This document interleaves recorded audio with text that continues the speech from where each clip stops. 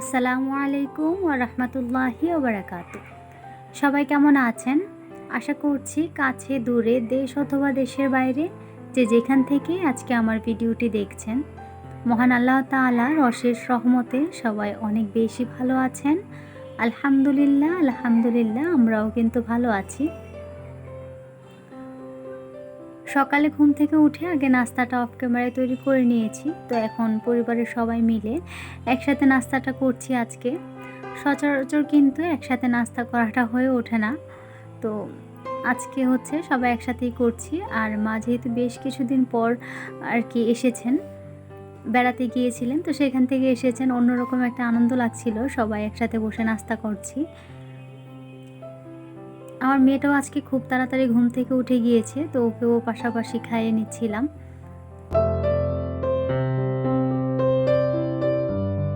তো আজকে সকালের নাস্তায় হচ্ছে আলু ভাজা আর হচ্ছে রুটি, আর আমার মেয়ের জন্য একটু কলা নিয়ে নিয়েছি। তো এই তো একদম সিম্পল নাস্তা। তো আজকে নাস্তার পর ভাবছি যে ফ্রিজটাকে ক্লিন করব, যেহেতু কুরবানির সামনে চলে এসেছে। তো সেটাকে সামনে রেখে আর কি ফ্রিজটাকে তো ক্লিন করতেই হতো, আর এমনিতেও আমার ফ্রিজটা ক্লিন করার সময় হয়ে গিয়েছে, অনেক বেশি বরফ জমে গিয়েছিল। তাই আর কি আজকে হুট করে ফ্রিজটা ক্লিনিং করতে হয়েছে। আগে থেকে কোনো প্ল্যান ছিল না, দেখলাম যে ফ্রিজটা অনেক বেশি বরফে পুরো লোড হয়ে গিয়েছিল। তো আর জিনিসপত্র আনা নেওয়া করতে খুব সমস্যা হচ্ছিল। আর কিছুদিন পরেই কুরবানি, তো ভাবলাম এবার পরিষ্কারটা করেই ফেলি, পরে তো করতেই হবে। তো আমি অফ ক্যামেরা পুরো ফ্রিজটাকে কিন্তু ক্লিন করে নিয়েছি। এখন হচ্ছে জিনিসগুলোকে আবার গুছিয়ে রেখে দিলাম।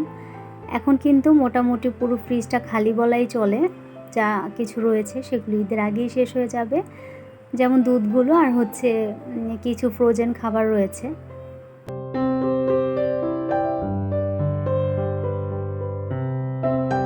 তো এখন নর্মালটাকেও হচ্ছে খুব ভালোভাবে গুছিয়ে নিচ্ছি। আগেই তো একদম ক্লিন করে নিয়েছি, সেটা আর কি শেয়ার করিনি। দেখা গেছে ক্যামেরা যদি অন থাকে তাহলে কিন্তু কাজ করতে একটু দেরি হয়ে যায়, আর যত তাড়াতাড়ি কাজ শেষ করা যায় ততটাই ভালো আর কি। তো সেই জন্য পুরো ক্লিনিংটা আর শেয়ার করিনি, অফ ক্যামেরায় করে নিয়েছি। ফ্রিজ ক্লিন করা শেষ করে এখন হচ্ছে রান্নাবান্নায় চলে এসেছি। আজকে মোটামুটি কিন্তু ভালোই কাজ, যেমন মাছ এনেছিল সেটাকেও কেটে ধুয়ে পরিষ্কার করা। কাজ করতে কিন্তু নর্মালি আমার ভালোই লাগে, কিন্তু এই মাছ কাটাটা যখন আমার করা লাগে তখন খুব বেশি বিরক্ত লাগে। জানি না কেন মাছ কাটতে একদমই ভালো লাগে না। তো দেখা গেছে প্রায় সময় রাইসার বাবা মাছ কেটে নিয়ে আসে, আর কিছু কিছু মাছ তো রয়েছে যেগুলো আসলে নিজেকে কাটতে হয়, বা ও চায় কি যে আমি মাছটা কাটি তাহলে নাকি ওর ভালো লাগে। তো সেই থেকেই মাগুর মাছ এনেছিল, তো খুব বড় সাইজের 2টা মাগুর মাছ এনেছে। তো সে বললো এটা তুমিই কাটো, আমার কাছে ভালো লাগবে। তো এই তো মাছ কেটে ধুয়ে পরিষ্কার করে আজকে রান্নার জন্য কিছু পিস মাছ নিয়ে নিলাম। আর এই তো মাছে হচ্ছে ডিমও হয়েছে। তো ডিমটাকে আর ভাবছি ফ্রিজে না রেখে আজকে রান্না করে ফেলি। মাছের ডিম ফ্রিজে রাখলে পরে হয়তো আর ভালো লাগবে না। তো আজকে হচ্ছে মাছের ডিমটাকে ঝুরা করে রান্না করব। নর্মালি দেখা গেছে যে মা এভাবে মাখার পর ছোট ছোট করে বড়ার মতো করে সেটা ভাজে আর কি। তো সেভাবে আমার ভালো লাগে না, তো এভাবে মেখে তারপর যখন তেলে দেওয়া হয় সেটাই বেশি ভালো লাগে। তো এই তো মাছের ডিমটাকে হচ্ছে আমি পরিমাণ মতো পেঁয়াজ, হলুদ, মরিচ, লবণ দিয়ে আমি ভালো করে আগে মাখিয়ে নিয়েছি আদা রসুনের পেস্ট দিয়ে। এখন হচ্ছে চুলায় আমি আরেকটা কড়াই বসিয়ে পরিমাণ মতো তেল দিয়ে আরও কিছুটা পেঁয়াজ দিয়ে দিলাম। তো পেঁয়াজটা হচ্ছে ডিমের মধ্যে অল্প করে দিয়েছিলাম, যেহেতু এখন এটাকে কষিয়ে রান্না করব। আর অল্প অল্প করে আরও কিছুটা মশলা দিয়ে দিয়েছি। তো দুইটা মিলিয়ে যেন স্বাদটা ব্যালেন্স হয়ে যায় সেই পরিমাণ করে দিয়েছি। আর এদিকে হচ্ছে মাছটাকে ভেজে নিচ্ছি, মাছটাকেও আজকে ভুনাই করব।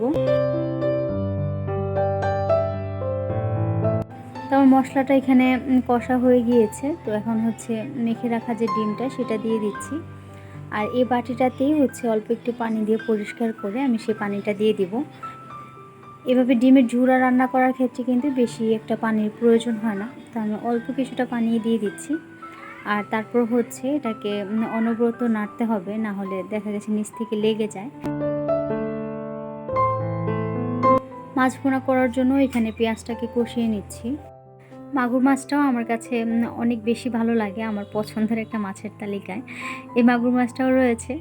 তো এই মাছটা কিন্তু ভুনা খেতেই বেশি ভালো লাগে, তো সেই জন্য আর কি আজকে ভুনাই রান্না করব। তো অল্প কিছুটা পেঁয়াজ দিয়ে আমি এটাকে ভেজে তারপর হচ্ছে সব ধরনের মশলাগুলো দিয়ে দিচ্ছি। হলুদ গুঁড়া, মরিচের গুঁড়া, পরিমাণ মতো জিরার গুঁড়া আর স্বাদ মতো লবণ দিয়ে আদা রসুন পেস্ট দিয়ে এখন হচ্ছে এটাকে ভালো করে কষিয়ে নিব। রান্না যত বেশি কষানো হয় আমার কাছে মনে হয় এটার টেস্ট তত বেশি বেড়ে যায়। তো আমি সবসময় একটু কষিয়ে রান্না করার চেষ্টা করি। তো এদিকে কিন্তু আমার মাছের ডিমের ঝুড়াটাও হয়ে গিয়েছে। তো এখন হচ্ছে চুলাটা অফ করে আমি এটাকে নামিয়ে নিব। তো এই পর্যায়ে একটা কথা বলতে চাই যে আমার যেসব প্রিয় আপুরা ভাইয়ারা এখনও আমার ভিডিওটি দেখছেন, তো আশা করছি আমার ভিডিওটি আপনাদের কাছে ভালো লেগেছে। যদি ভিডিওটি ভালো লেগে যায় তাহলে ভিডিওতে একটা লাইক করে দিবেন। ভিডিওতে একটা লাইক দেওয়ার পাশাপাশি চাইলে আমার চ্যানেলটাকে সাবস্ক্রাইব করে অল বাটনটি ক্লিক করে রাখতে পারেন। এতে করে আমি যখনই ভিডিও আপলোড দিব নোটিফিকেশান আপনার কাছে পৌঁছে যাবে আর আপনিও আপনার সময় করে দেখে নিতে পারবেন। আর আমার যেসব আপুরা ভাইয়ারা অলরেডি এই কাজটা করে দিয়েছেন তাদেরকে অসংখ্য অসংখ্য ধন্যবাদ জানাই।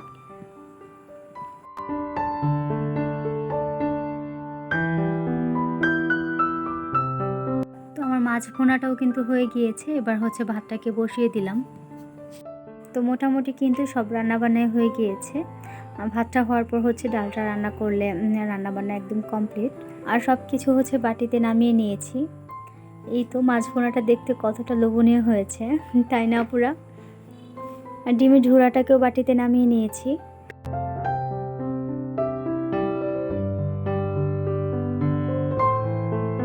তো রান্নাবান্না তো শেষ, আর রান্নাবান্না করার পরে তো সিঙ্কে অনেক কিছু জমে যায়, তো সব কিছু ক্লিন করে নিয়েছি। এখন শুধু যে কড়াইগুলোতে রান্না হয়েছে সেগুলি রয়েছে, তো এখন ওগুলোকেও ক্লিন করে নিচ্ছি। আর যেসব কড়াইতে হচ্ছে মশলা দিয়ে যখন রান্না করা হয় তখন কিন্তু হলুদের একটা দাগ বসে যায়। তো আমি সেসব কড়াইগুলোকে দেখা যাচ্ছে ছাই আর হচ্ছে ডিটারজেন্ট পাউডার মিলিয়ে একটা পাউডার তৈরি করে রাখি। তো এটা দিয়ে হচ্ছে পাতিলগুলোকে পরিষ্কার করলে তখন কিন্তু আর হলুদের দাগটা বোঝা যায় না, আর পাতিলগুলো কিন্তু খুব সুন্দর চকচকে থাকে আর কি। তো আমি এই টিপসটা আসলে ফলো করি, তো শেষে আপনাদের সাথে শেয়ার করলাম। ভিম বারের থেকে এভাবে ঘষা মাজা করলে বেশি ভালো হয়। তো এই বাটিটার ঢাকনাটাও এখন লাগিয়ে আমি হচ্ছে রেখে দিচ্ছি।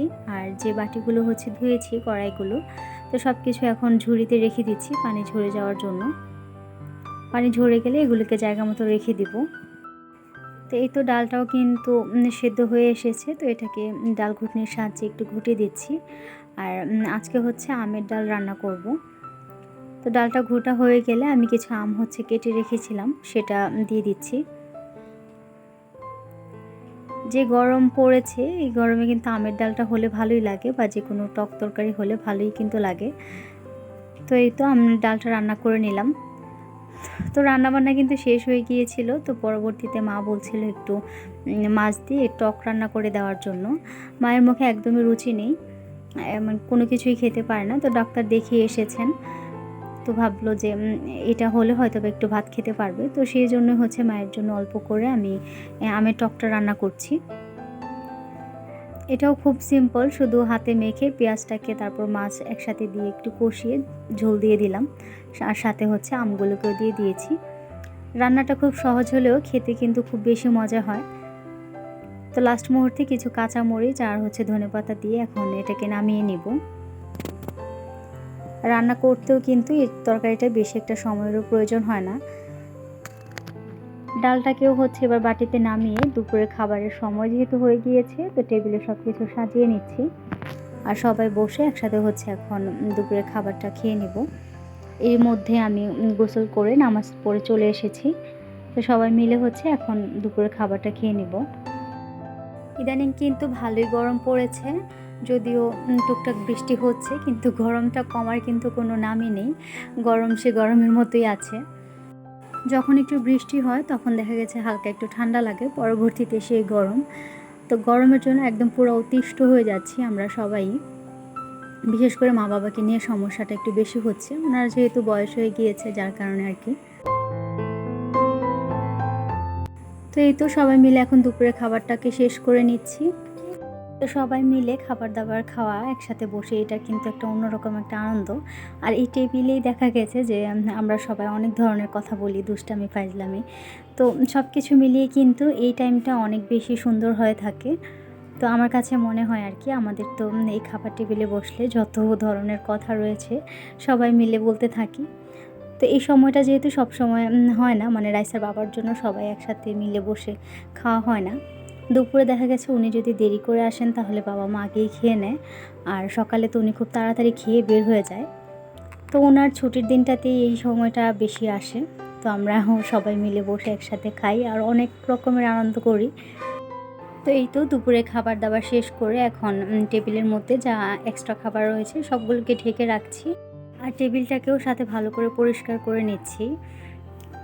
এখন হচ্ছে যে প্লেটগুলো হয়েছে সবগুলো ক্লিন করে নেব। আসলে প্লেট বলতে শুধু আমার নিজেরটাই। আমার বাড়িতে দেখা গেছে যে সব সময় সবার প্লেট সবাই নিজেরাই ধুয়ে ফেলে আর কি, আমাকে আর এক্সট্রা করে সবার সব কিছু ক্লিন করতে হয় না। এই জিনিসটাও কিন্তু খুব বেশি ভালো লাগে। তো সবাই যদি সবার কাজটা নিজে নিজে ভাগ করে নেয় তাহলে কিন্তু একজনের উপর সে চাপটা আর পড়ে না। তো এই জিনিসটা কিন্তু আমার সাথে প্রায় সব সময়ই হয় বলা চলে। খুব মাঝে মধ্যে দেখা গেছে যে সব কিছু আমার ক্লিন করতে হয়। প্রচণ্ড গরমে কিন্তু বড় থেকে ছোট সবাই অনেক বেশি অসুস্থ হয়ে পড়ছে। তো আমাদের কিন্তু সেম অবস্থায় খুব বেশি সমস্যা হচ্ছিল, বিশেষ করে মা বাবাকে নিয়ে। মা তো ইদানিং মানে অসুস্থই সারাক্ষণই থাকতো, এই গরমের কারণে ঘন ঘন আরও অসুস্থ হয়ে যাচ্ছিলেন। তো সব কিছু মাথায় রেখে আজকে হুট করেই কিন্তু এক প্রকার বাবা আর হচ্ছে রাইসার বাবা দুজন মিলে এসি কেনার জন্য চলে গিয়েছিলেন। তো বিকেলের দিকে হচ্ছে রাইসার বাবা আর দাদা মিলে গিয়ে এসিটা নিয়ে আসছে। এখন হচ্ছে ভাইয়েরা এটাকে ফিটিং করছিল। আর এসিটা ফিটিং করার পরে তো ঘরের অবস্থা পুরোই নাজেহাল, একদম দেখার মতো ছিল না। তো সব কিছু ক্লিন করতে করতে কিন্তু অনেকটা সময় লেগে গিয়েছে। তারপর হচ্ছে সবাই যখন চলে গিয়েছে ফিটিং করার পর ভাইয়ারা এবং পরিষ্কার করাও শেষ, তো সবাই মিলে এখন একটু বসলাম এসির নিচে। এখন অনেকটা শান্তি লাগছিল। এতদিনের গরমে পুরো সবাই সেদ্ধ হয়ে গিয়েছে এরকম অবস্থা। তো হঠাৎ করে ঠান্ডা পেয়ে কিন্তু ভালো লাগছিল। আর এই তো ঠান্ডা ঠান্ডা এসির হাওয়াতে ঠান্ডা ঠান্ডা পুডিং খেতে কার না ভালো লাগে বলেন তো। তো সবাই মিলে এখন একটু পুডিং খেতে বসে পড়লাম, বিকেলে নাস্তাও হয়ে যাবে এটা দিয়েই। তো আমার মেয়ে এখানে কাটতে বসে গিয়েছে, সে কেক পুডিং পেলে এটাকে কখন কাটবে এটা হচ্ছে তার আর কি চিন্তা। তো নিজের ইচ্ছা মতো করে হযবরলভাবে যেভাবে ইচ্ছা সেভাবেই কাটছে। তো আমিও দেখছি, কিছু বলছি না, যে ওর যেভাবে ইচ্ছা সেভাবেই কাটুক, খাবো তো আমরাই। তো যাই হোক, আজকের মতো আমার প্রিয় আপু ভাইদের কাছ থেকে এখানেই বিদায় নিয়ে নিচ্ছি। দেখা হবে আমার পরবর্তী কোনো নতুন ব্লগে। ততক্ষণ পর্যন্ত সবাই অনেক বেশি ভালো থাকবেন আর আমাদের জন্য দোয়া করবেন। আল্লাহ হাফেজ। আসসালামু আলাইকুম।